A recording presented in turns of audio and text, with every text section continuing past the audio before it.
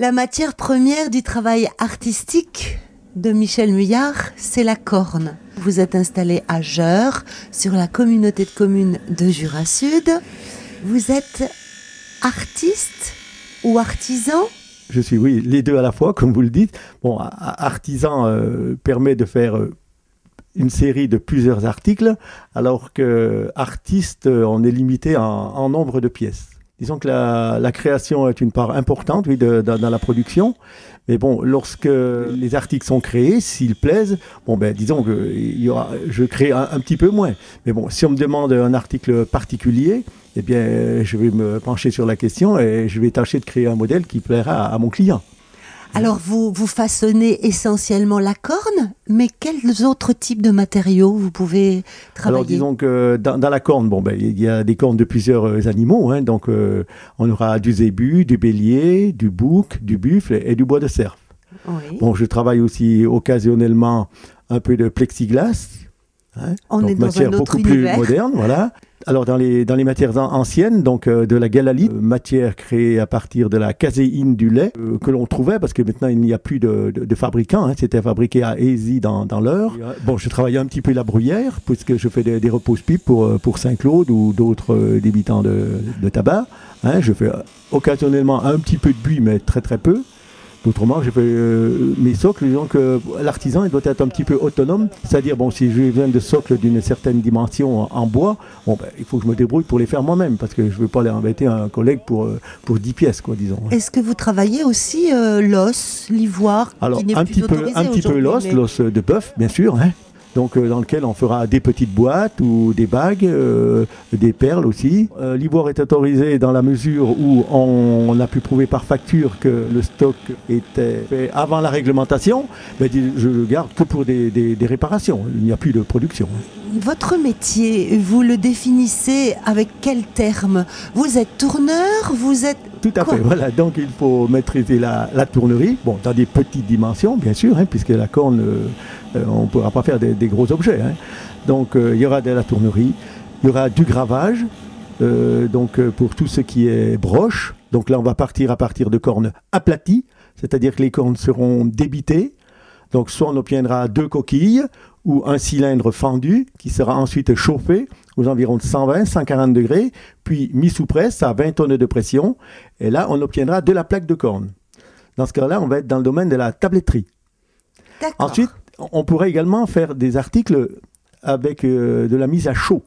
C'est-à-dire, à partir de plaques, on va découper une forme, soit comme une palette, qui sera ensuite passée dans un moule métallique. Hein, on va réchauffer cette palette, on va la passer dans un moule métallique, et là, on va obtenir des chausse-pieds ou des couverts à salade, mais par mise en forme à chaud.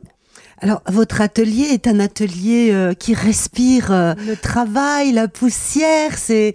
Oui, c'est un atelier qui a une âme, puisque mes parents y ont travaillé toute leur vie. Hein, moi, ça fait déjà 42 ans que j'opère dans cet atelier. Et bon, comme je vous l'ai dit tout à l'heure, peut-être il y a encore de la poussière qui a été faite par mon père, mais comme je dis souvent, la poussière, c'est du temps qui se repose. Votre atelier se trouve à Jeure ? Oui, mon atelier est en bordure de la RN 436. Hein, donc autrefois, c'était un ancien relais de diligence qui était ensuite acheté par le grand-père qui est venu en retraite ici. Et donc mon père, qui avait appris le métier du travail de la corne avec son père à Saint-Claude, est venu s'installer et a créé l'atelier dans les dépendances agricoles. Donc quand vous avez repris l'activité, vous avez continué ces objets ? Oui, je n'ai jamais abandonné une fabrication. Donc j'ai tous les outils pour refaire. Hein, bon, le grand-père faisait des blaireaux, on peut toujours refaire des blaireaux.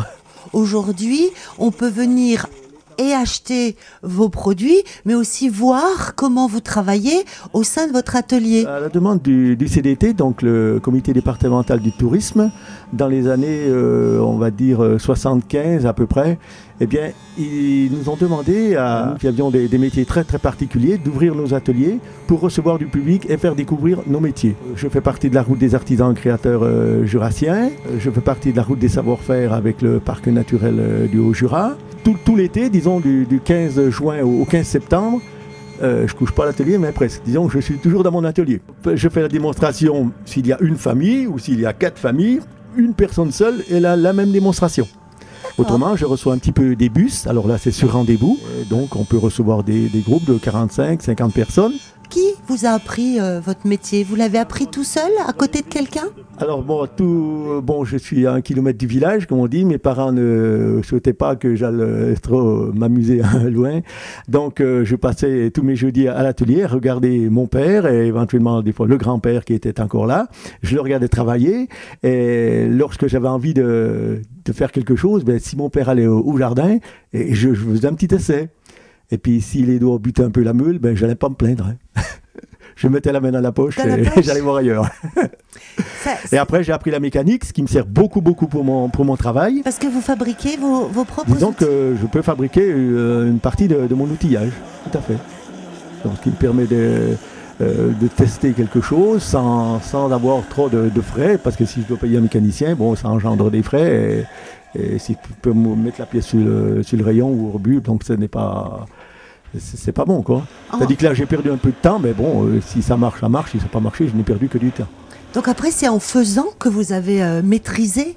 Oui, c'est comme les forgerons, hein. Un forgeron comme bien forgeron. Donc moi, c'est vrai que ça aide. J'ai toujours baigné dans cet atelier. Mes parents ont eu jusqu'à 2 ou 3 ouvriers, donc je les regardais travailler. Et quand on est jeune, on a envie d'essayer, on a envie de faire, hein. Je me suis marié donc en 1969 et mes parents ont appris le métier à mon épouse, qui, elle, se charge de tout le polissage, du montage des colliers. Elle a fait la comptabilité, également participe à la vente, à la boutique, quoi. Alors, si on veut venir vous voir, vous êtes aux 5 routes de la gare à Geurs, hein, donc vous êtes ouvert tous les jours?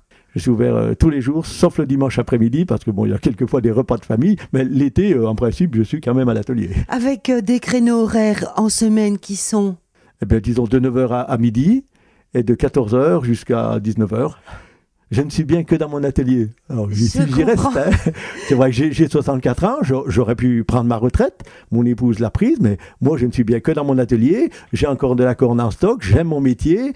J'aime lorsque quelqu'un me fait faire des réparations ou me demande de créer quelque chose. Ça me plaît énormément. Donc, je continue.